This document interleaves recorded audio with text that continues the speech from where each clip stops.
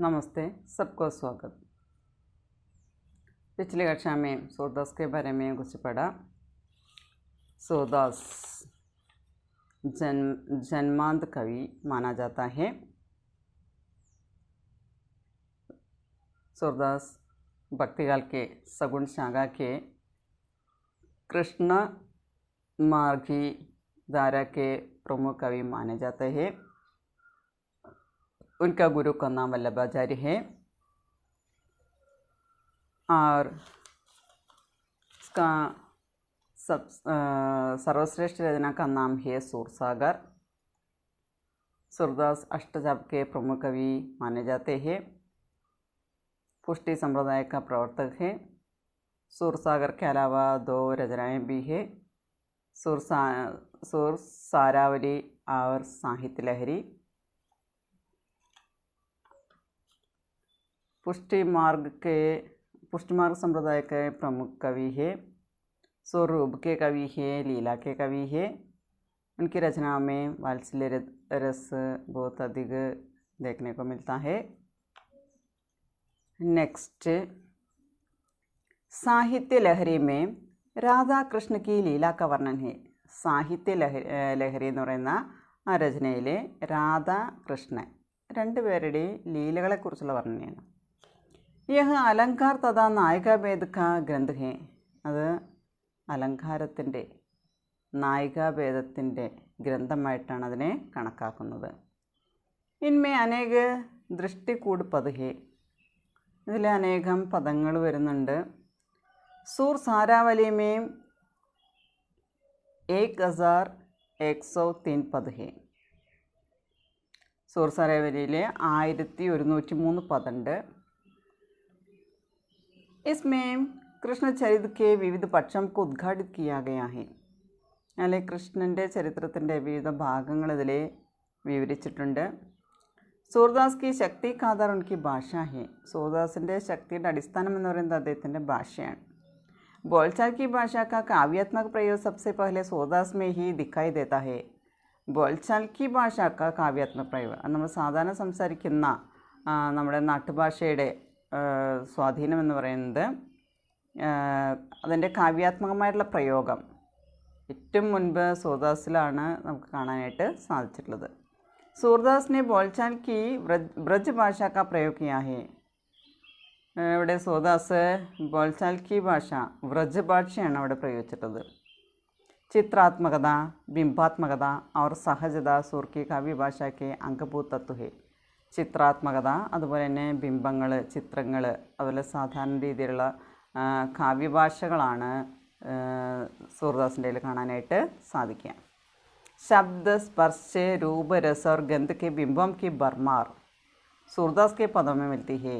വാക്കുകളുടെ, സ്പർശനത്തിൻ്റെ, രൂപത്തിൻ്റെ, രസത്തിൻ്റെ, ഗന്ധത്തിൻ്റെയൊക്കെ ബിംബങ്ങളുടെ നിറവ് सूरदासिൻ്റെ പദങ്ങൾ കാണാനായിട്ട് സാധിക്കും. ब्रज भाषा के लय और प्रवाह की मुहावरे और लोकोक्तियों की अक्षय निधि सूर के खाव में पग पग पर बिखरी दिखाई पड़ती है. ഇവിടെ പറയണ ബ്രജഭാഷയുടെ ലയം, പ്രവാഹം, അതുപോലെ മുഹാവര ലോകോക്തിയോക്ക് അക്ഷയനിധി പ്രയോഗങ്ങൾ, അതുപോലെ തന്നെ പഴഞ്ചൊല്ലുകളിലേക്ക് അക്ഷയനിധി सूरदासिൻ്റെ കാവ്യത്തിലെ ഓരോ സ്റ്റെപ്പിലും വ്യാപിച്ചിരിക്കുന്നതായിട്ട് നമുക്ക് കാണാൻ സാധിക്കും. आचार्य प्रसाद द्विवेदी ने शब्दों में सूरदास जब अपने प्रिय विषय का वर्णन शुरू करते हैं तो मानो अलंकार शास्त्र हाथ जोड़कर उनके पीछे पीछे दौड़ा करता है. उपमाओं की बाढ़ आ जाती है, रूपकों की वर्षा होने लगती है. ഇവിടെ പറയണേ ഡോക്ടർ ആചാര്യ പ്രസാദ് ദ്വിവേദി അദ്ദേഹത്തിൻ്റെ വാക്കുകളിൽ सूरदाസ് എപ്പോഴാണ് അദ്ദേഹത്തിൻ്റെ ഇഷ്ടപ്പെട്ട വിഷയത്തെക്കുറിച്ചുള്ള വർണ്ണനകൾ ആരംഭിക്കുന്നത്, അപ്പോൾ അദ്ദേഹം വർണ്ണിക്കാൻ തുടങ്ങുമ്പോൾ തന്നെ അലങ്കാരശാസ്ത്രം എന്ന് പറയുന്നത് കൈ കൂപ്പിക്കൊണ്ട് പിന്നാലെ ഓടി വരുമെന്ന് പറയുന്നത്. അപ്പോൾ അദ്ദേഹത്തിൻ്റെ രചനയിൽ അലങ്കാരമുണ്ട്. ഉപമാവോക്കി പാടാ ജാതി ഹി, ഉപമകളുടെ ഒരു വെള്ളപ്പൊക്കം തന്നെ അവിടെ ഉണ്ടാവും എന്ന് പറയുന്നത്. രൂപകോക്കി വർഷ, രൂപകങ്ങളുടെ മഴ അവിടെ പെയ്യാൻ തുടങ്ങുമെന്ന് പറയുന്നത്.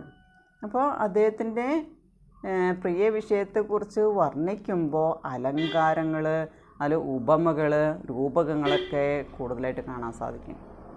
पन्ने पर पन्ने पढ़ते जाइए, केवल उपमाओं और रूपकों की चढ़ा, अन्योक्तियों के ढाट, लक्षण और व्यंजना का चमत्कार, यहाँ तक कि एक ही चीज़ 2 2 4 4 10 10 बार तक दोहराई जा रही है, फिर भी स्वाभाविक और सहज प्रवाह कहीं भी आहत नहीं होता है.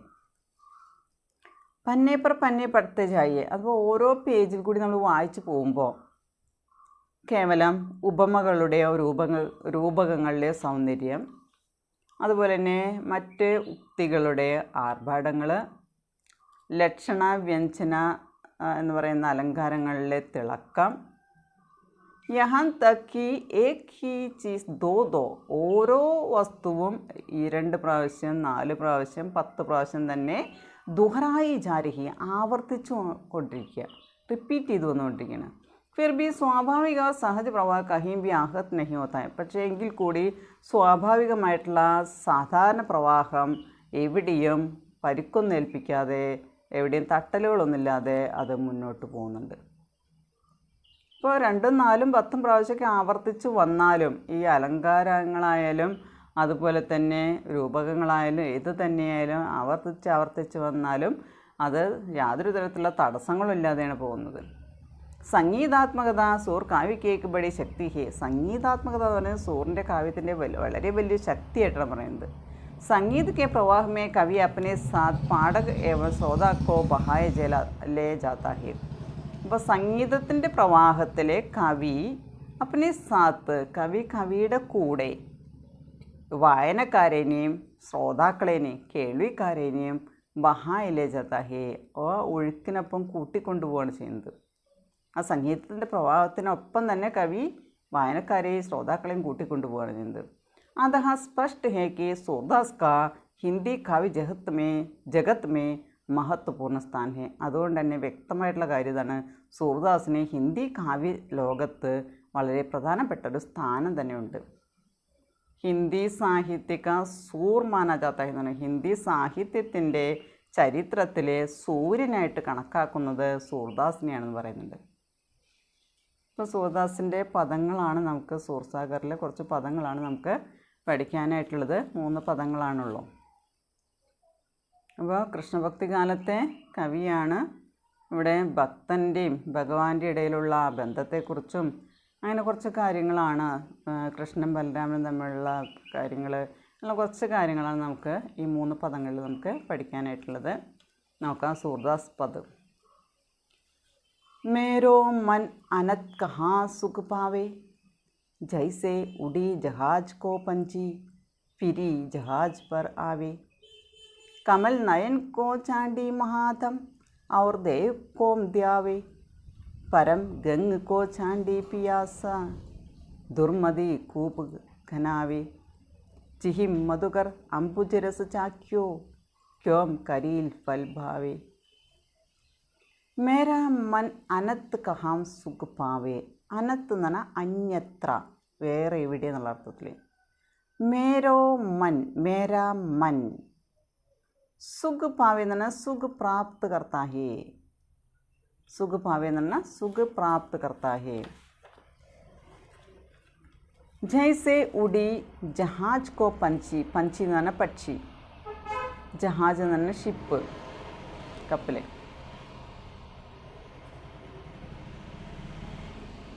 ഫിരി എന്ന് പറഞ്ഞാൽ വീണ്ടും, പുനഃ എന്നുള്ള അർത്ഥം. പുനഃ ലൗട്ടാത്ത ഹേ, തിരിച്ചു വരികയാണ് ചെയ്യുന്നത്. കമൽ നയൻ കോ ചാണ്ടി മഹാദം, കമൽ എന്ന് പറഞ്ഞാൽ താമരപ്പൂവ്. കമൽ നയൻ രൂപി ശ്രീകൃഷ്ണ കോ ചോഡ്കർ, ചാണ്ടി എന്ന് പറഞ്ഞാൽ ചോഡ്കർ. മഹാദം എന്ന് പറഞ്ഞാൽ അവിടെ ശ്രീകൃഷ്ണൻ. അവർ ദേവ് കോ ധ്യാവി,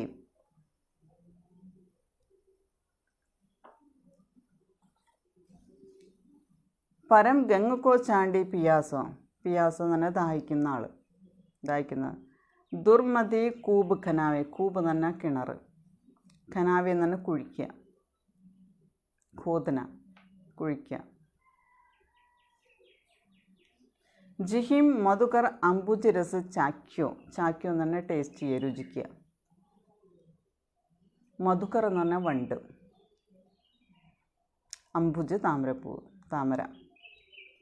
ക്യോം കരീൽ ഫൽ ഭാവി, കരീൽ എന്ന് പറഞ്ഞാൽ കരേല, കരേല എന്ന് പറഞ്ഞാൽ കയ്പയ്ക്ക.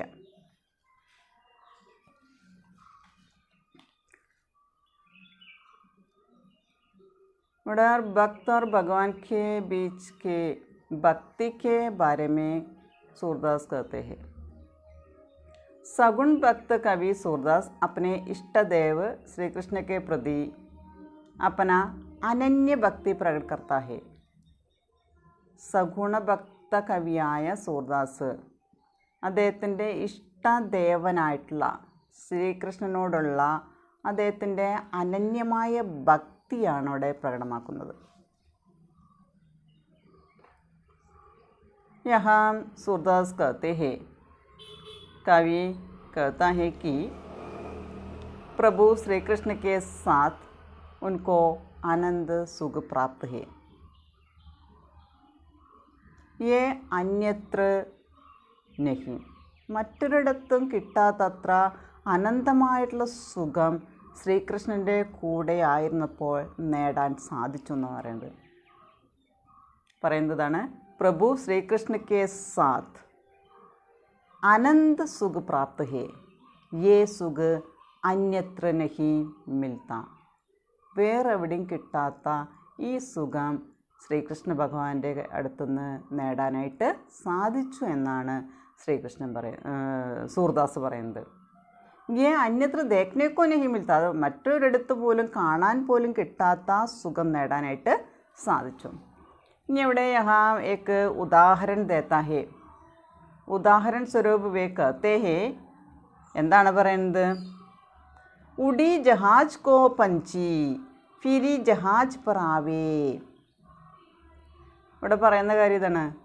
സമുദ്ര के बीच में पड़े रखने वाले जहाज से, സമുദ്രത്തിൻ്റെ മധ്യത്തിൽ നിൽക്കുന്ന ഒരു കപ്പലിൽ നിന്ന് എന്താണ് പറയുന്നത്?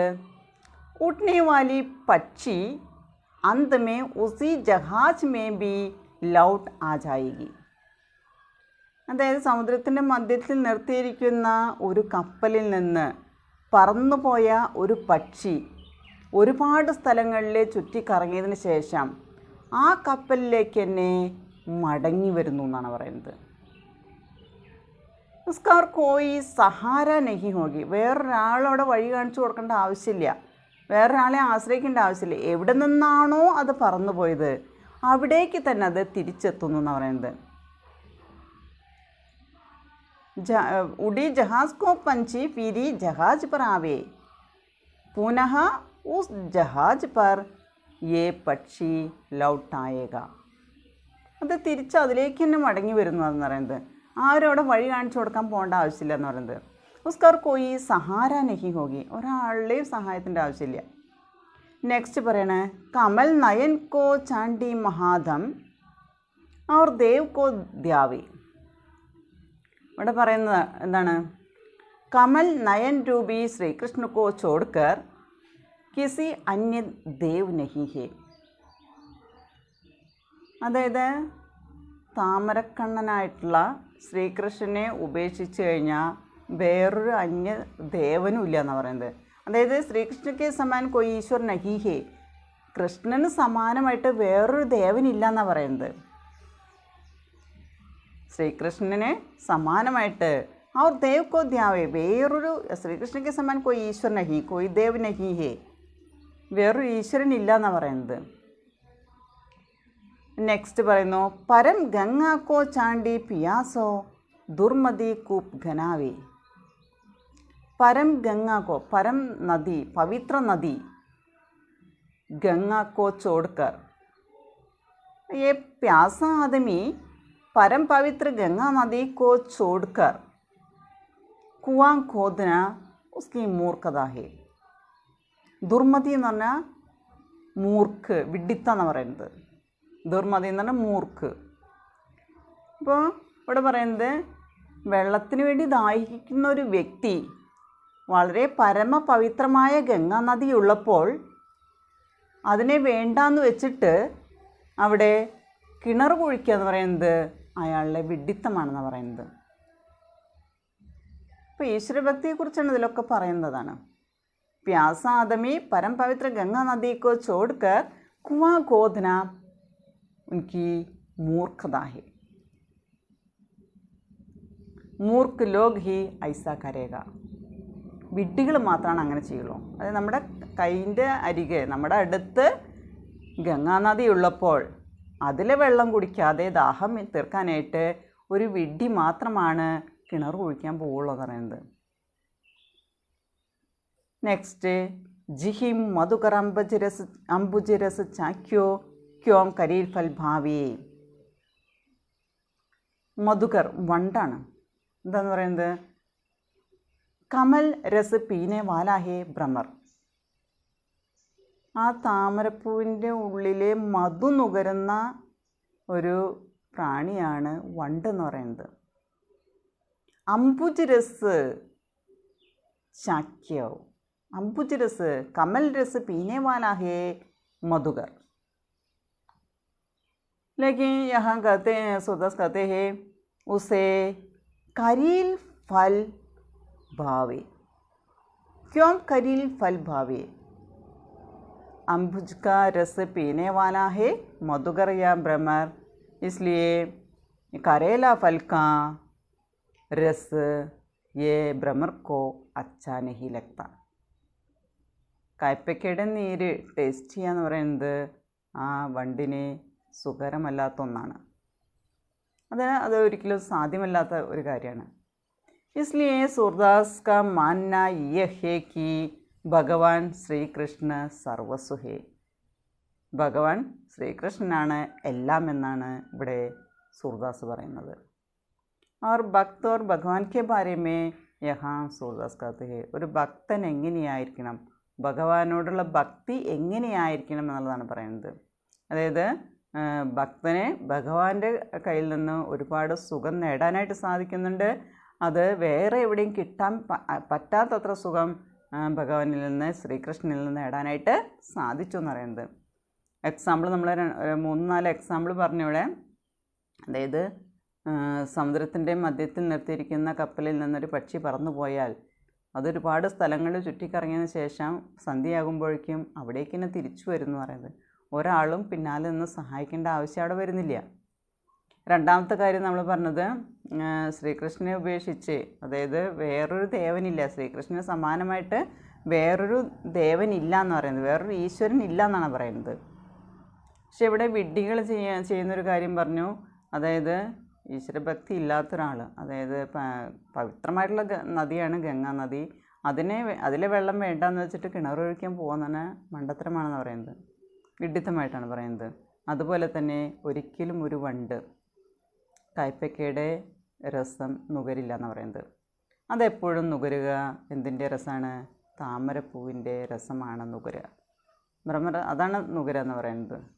മറ്റേത് അതിനിഷ്ടപ്പെടില്ല എന്ന് പറയുന്നത്. ഇപ്പോൾ ഇവിടെ ഭഗവാൻ ശ്രീകൃഷ്ണൻ തന്നെയാണ് എല്ലാം എന്നാണ് നമ്മുടെ സൂർദാസ് ഇവിടെ പറയുന്നത്. നെക്സ്റ്റ് രണ്ടാമത്തെ പദ്, ജോ ദിൻ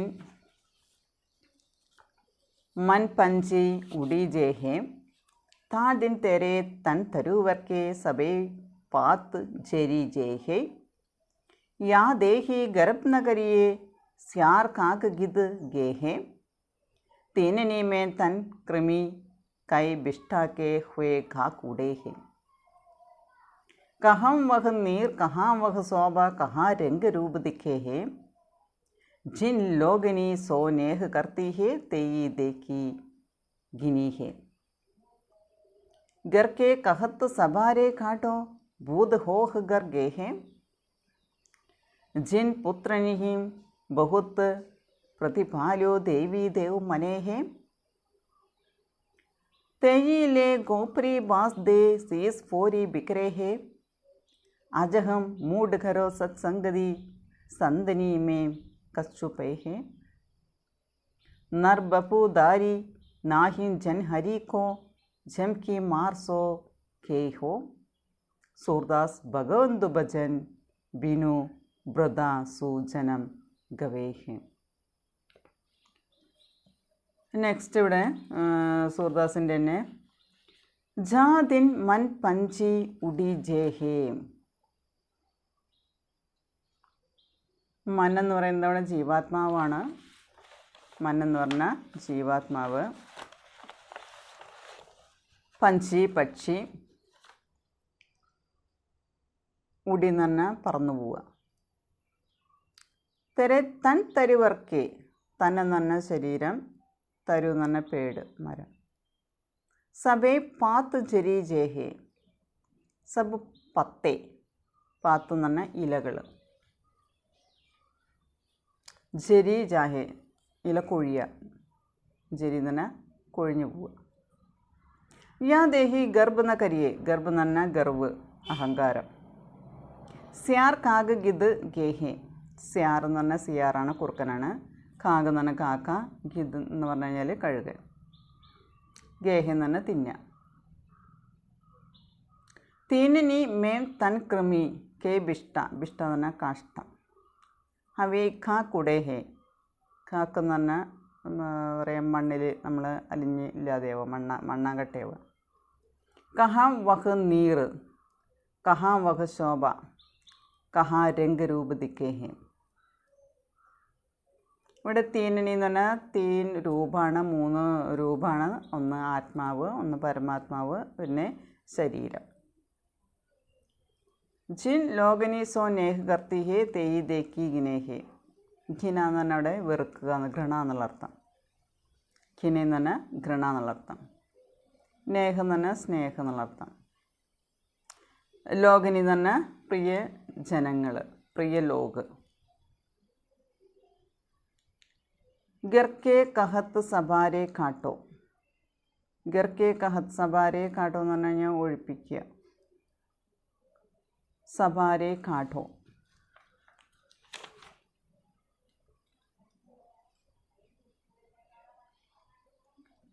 സബാര എന്ന് പറഞ്ഞാൽ സവേര.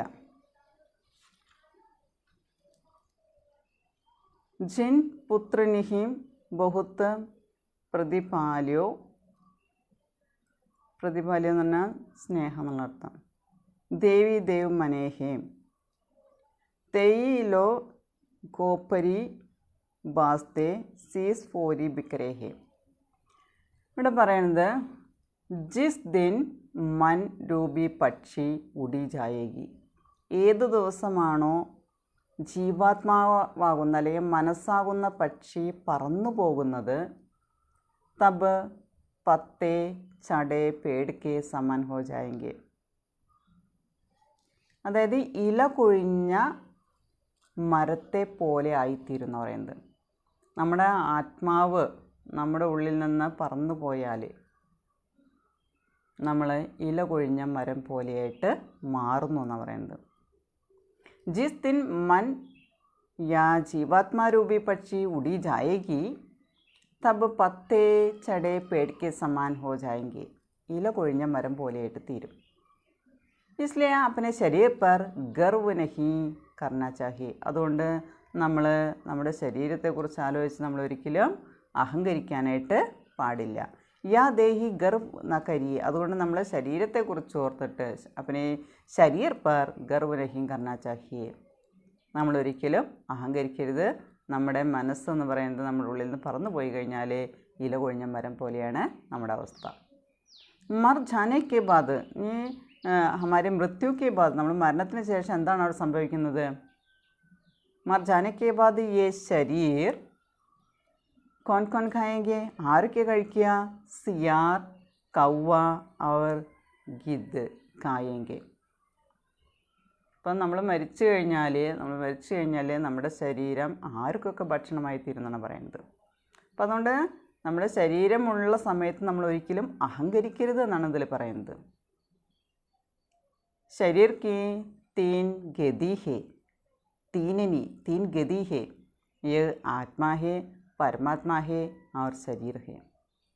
ആത്മാവുണ്ട്, പരമാത്മാവുണ്ട്, ശരീരമുണ്ട്. हमारे मृत्यु के बाद, मर जाने के बाद शरीर मिट्टी में गाड़ जाने से कीड़ा बनेगा. അപ്പോൾ നമ്മൾ മരിച്ചു കഴിഞ്ഞാൽ നമ്മുടെ ബോഡി നമ്മൾ മണ്ണിൽ കൊണ്ടുപോയി വെച്ച് കഴിഞ്ഞാൽ മിട്ടിമേ ഘാട്ട് ജാനേ സേ കീട ബനേഗ. കീടങ്ങളും കൃമികളും ഉണ്ടാവുന്നു. അവരെന്ത് ചെയ്യുന്നു പറയുന്നത്? കീട ഘായേ ജായേത്തോ വിഷ്ട ബൻ ജായേഗ. അപ്പം നമ്മുടെ ശരീരം അഴുകി ഇല്ലാതായി കഴിഞ്ഞാൽ കൃമികളും കീടങ്ങളും തിന്നു കഴിഞ്ഞ് അവരുടെ കഷ്ടമായിട്ടത് മാറുന്ന പറയുന്നത്. അപ്പോൾ ശരീരം എന്ന് പറയുന്നത് അതാണ്, നശ്വരമായ ശരീരം. അപ്പോൾ നമ്മൾ ജീവിച്ചിരിക്കുന്ന കാലത്ത് നമ്മൾ ശരീരത്തെക്കുറിച്ച് ആലോചിച്ച് അഹങ്കരിക്കാനായിട്ട് പാടില്ല. നമ്മൾ മരിച്ചു കഴിഞ്ഞാൽ ഒന്നുകിൽ അത് കാക്കയ്ക്കും കഴുകനും ഒക്കെ ഭക്ഷണമായിട്ട് തീരുന്നു, അതല്ലെങ്കിൽ മണ്ണിൽ കുഴിച്ചിടുകയാണെങ്കിൽ എന്തായി മാറുന്നു? കൃമികളും കീടങ്ങളും നമ്മളെ തിന്നുപോകുന്നു. ഇനി മർനെ കെ ബാദ് ശരീർ കോ ജലാ ദിയാ ജായേഗാത്തോ. ഇനി മരിച്ചു കഴിഞ്ഞ് നമ്മൾ ബോഡി കത്തിച്ച് കളയുകയാണെങ്കിൽ എന്തായിത്തീരും? തോ രാഖോ ജായേഗ. നമ്മളെന്തായിട്ട് മാറുന്നു? വെണ്ണീറായിട്ട് മാറുന്നു. ഇപ്പം എങ്ങനെയായാലും നമ്മുടെ ശരീരത്തെക്കുറിച്ച് ആലോചിച്ചൊരിക്കലും അഹങ്കരിക്കരുതെന്ന് പറയുന്നത്. അപ്പോൾ മരിച്ചു കഴിഞ്ഞാൽ നമ്മൾ ഒന്നുമല്ലാതെയിട്ട് മാറുന്നു എന്ന് പറയുന്നത്. എന്തൊക്കെ ചെയ്യുന്നത്? കഹാ വഹ് നീർ, കഹാ വഹ് ശോഭ, കഹാ രംഗരൂപ ദിക്കേഹേം. ഇപ്പം മരിച്ചു കഴിഞ്ഞാൽ എന്താണ്ടാവുന്നത്?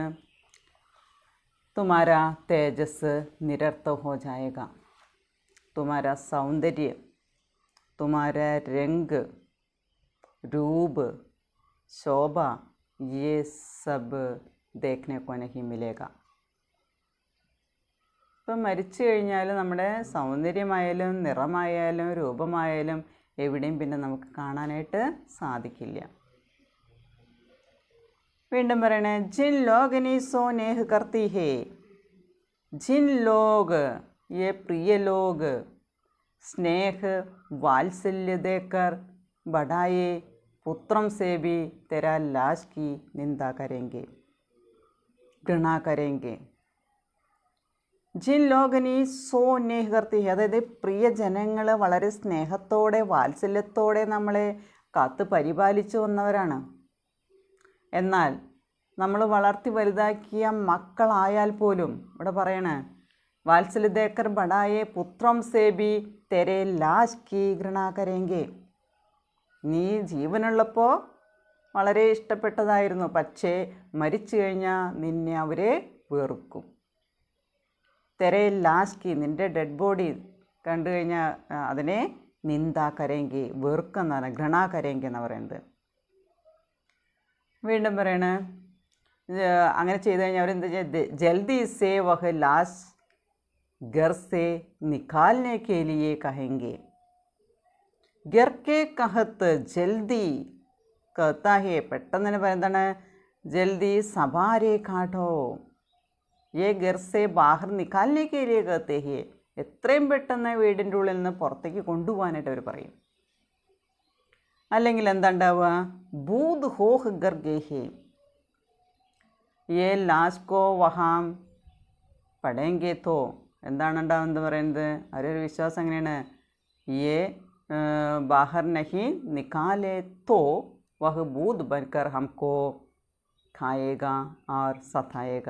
അത് ഭൂതമായിട്ട് വന്ന് പ്രേതമായിട്ട് വന്ന് നമ്മളെ ഉപദ്രവിക്കുമെന്നാണ് അവർ ചിന്തിക്കുന്നത്. അപ്പോൾ എത്ര സ്നേഹമുള്ള മക്കളായാൽ പോലും മരിച്ചു കഴിഞ്ഞാൽ ആ ഡെഡ് ബോഡി അധിക സമയം വീടിനുള്ളിൽ വയ്ക്കാനായിട്ട് അവർ താല്പര്യപ്പെടുന്നില്ല. ഡെഡ് ബോഡിയോട് വെറുപ്പാണ്, നിന്ദിക്കുകയാണ് ചെയ്യുന്നത്. എത്രയും പെട്ടെന്ന് പുറത്തേക്ക് കൊണ്ടുപോകാനാണ് അവർ പറയുക. അതല്ലെങ്കിൽ പ്രേതമായി വന്നവരെ ശല്യം ചെയ്യുന്നുള്ളൊരു ചിന്തയാണ്. ജിൻ പുത്രനെയും ബഹുത്ത് പ്രതിപാലയോ ദേവി ദേവി മനേഹീം, जिन संतानों को देवी देव के अनुग्रह से आयुष्मान बनाए गए थे, वे ही बॉम्ब्स लेकर प्रहार कर गोपड़ी फोड़ देंगे. जिन पुत्र ने बहुत പ്രതിപാലി, അതായത് बहुत പ്രേം സേ പാലൻ करने वाला, വളരെ സ്നേഹത്തോടെ പരിപാലിച്ചിരുന്നതാണ്. അതേ ദൈവത്തിൻ്റെ അനുഗ്രഹത്താൽ അവരെ വളരെ ആയുഷ്മാനായിട്ട് അല്ലെങ്കിൽ ഒരുപാട് കാലം ജീവിക്കാൻ വേണ്ടിയിട്ട് അവരെ വളർത്തി വലുതാക്കിയതാണ്. ആ മക്കൾ തന്നെ എന്ത് ചെയ്യുന്നത്? തെയ്യി ലേ ഗോപരി ബാസ് ദേ. ഗോപരി എന്ന് പറഞ്ഞാൽ ഗോപ്പടി, തലയോട് അടിച്ചു പൊട്ടിക്കുന്നത്. ബാസ് ദേ ബാംസ് ലേക്കർ മുളവടി എടുത്ത് തലയടിച്ച് പൊട്ടിക്കുന്നത്. സീസ് എന്ന് പറഞ്ഞാൽ സിറാണ്. ഫൂരി ബിഖരേ ദേ, ഫൂരി എന്ന് പറഞ്ഞാൽ അടിക്കുക. എന്താ ചെയ്യുന്നത്? വെഹി ബാംസ് ലേക്കർ പ്രഹാർ കർ ഗോപ്പടി ഫോഡ് ദേങ്കെ, മുളവടി എടുത്ത് തലയടിച്ച് പൊട്ടിക്കുന്ന പറയുന്നത്. ഇസ്ലിയെ ഇവിടെ പറയണേ, ഹേ മൂർക്ക് സത്സംഗ് സേ ഹി തുമേ പരലോക സഹാര പ്രാപ്ത് ഹി. നല്ലൊരു കൂട്ടുകെട്ടുണ്ടെങ്കിൽ മാത്രമാണ്, അങ്ങനെ ഉണ്ടെങ്കിൽ മാത്രമാണ് നമുക്ക് തുമേ പരലോക സഹാര പ്രാപ്ത് ഹി, പരലോകത്തു നിന്നുള്ള സഹായം നമുക്ക് നേടാനായിട്ട് സാധിക്കുള്ളൂ. സത്സംഗ് സേ, നല്ലത് ചെയ്താൽ മാത്രമാണ് അത് സാധിക്കുള്ളൂ എന്ന് പറയുന്നത്.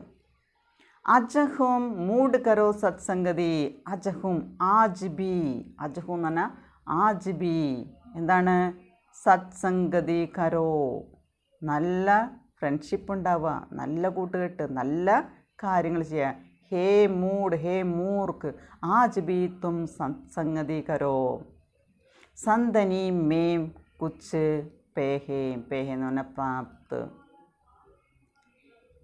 पर शरीर मात्र धारण करने से कोई भी श्री कृष्ण भगवान का भक्त नहीं होता.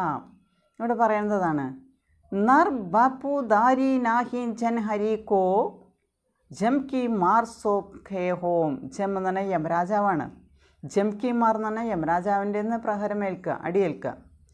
നർ ബാപ്പു ദാരി നഹീം ജൻ ഹരി കോ, അതായത് മനുഷ്യ ശരീരം, മനുഷ്യരൂപമായിട്ട് കാര്യമില്ല എന്ന് പറയുന്നത്. മനുഷ്യ ശരീരം മാത്രം ധരിച്ചതുകൊണ്ട് കാര്യമില്ല. അതുകൊണ്ട് ഒരിക്കലും ശ്രീകൃഷ്ണ ഭഗവാന്റെ ഭക്തനായിട്ട് മാറില്ല. ഭക്ത നഹി ഹോത്തേത്തോ, ഭക്തൻ അല്ലെങ്കിൽ എന്താ ഉണ്ടാവുക? യമരാജ് കാ മാർ ഖാനെ പടേങ്കി, യമരാജാവിൻ്റെ പ്രഹരമേൽക്കേണ്ടതായിട്ട് വരും. അപ്പം സത്സംഗതി വേണം എന്ന് പറയുന്നത്, നല്ലൊരു കൂട്ടുകെട്ട് വേണം എന്നാണ്, നല്ലൊരു ഫ്രണ്ട്ഷിപ്പ് വേണം, നല്ലൊരു ഭക്തനായിരിക്കണം. അതല്ലെങ്കിൽ നമുക്കൊരുപാട് ബുദ്ധിമുട്ടുകൾ ഫേസ് ചെയ്യേണ്ടതായിട്ട് വരും. സൂർദാസ് ഭഗവന്തു ഭജൻ ബിന വൃഥാസു ജനം ഗവേഹി. ഗവേഹി എന്ന് പറഞ്ഞാൽ നഷ്ടപ്പെടുത്തുക, ഗവേഹി എന്ന് പറഞ്ഞാൽ നഷ്ടപ്പെടുത്തുക. सूरदास भगवंत भजन बिना बिना भगवान की भजन के बिना ये जन्म श्रेष्ठ जन्म व्यर्थ हो जाएगा. मनुष्य का श्रेष्ठ जन्म भगवान के भजन के बिना व्यर्थ हो जाएगा.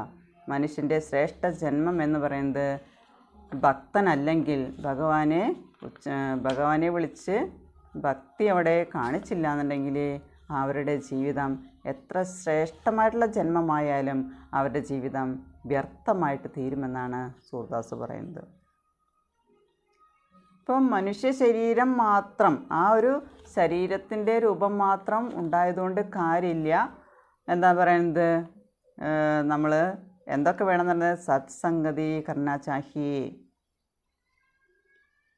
പിന്നെ പറയുന്നത് എന്താണ്, ഭഗവാൻ കെ ഭജൻ കർണ ചാഹിയേ, ഭക്തി ഹോന ചാഹിയേ, ഭക്തി ഉണ്ടാവണമെന്ന് പറയുന്നത്. യഹാം ഭഗവത് ഭജൻ കെ ബിന ജീവൻ യാ ശ്രേഷ്ഠ ജന്മ വ്യർത്ഥ ഹോ ജായെങ്കെ, അത് വെറുതെ ആയിത്തീരുമെന്ന് പറയുന്നത്. ഇപ്പോൾ ഭക്തനെക്കുറിച്ചും ഭഗവാനെക്കുറിച്ചുമുള്ള ആ ഭക്തൻ എങ്ങനെയായിരിക്കണം, ഭഗവാനിൽ നിന്ന് എന്തെല്ലാം നേടാൻ സാധിക്കും എന്നുള്ള കാര്യങ്ങളാണ് സൂർദാസിൻ്റെ പദങ്ങളിൽ പറയുന്നത്. Okay, thank you.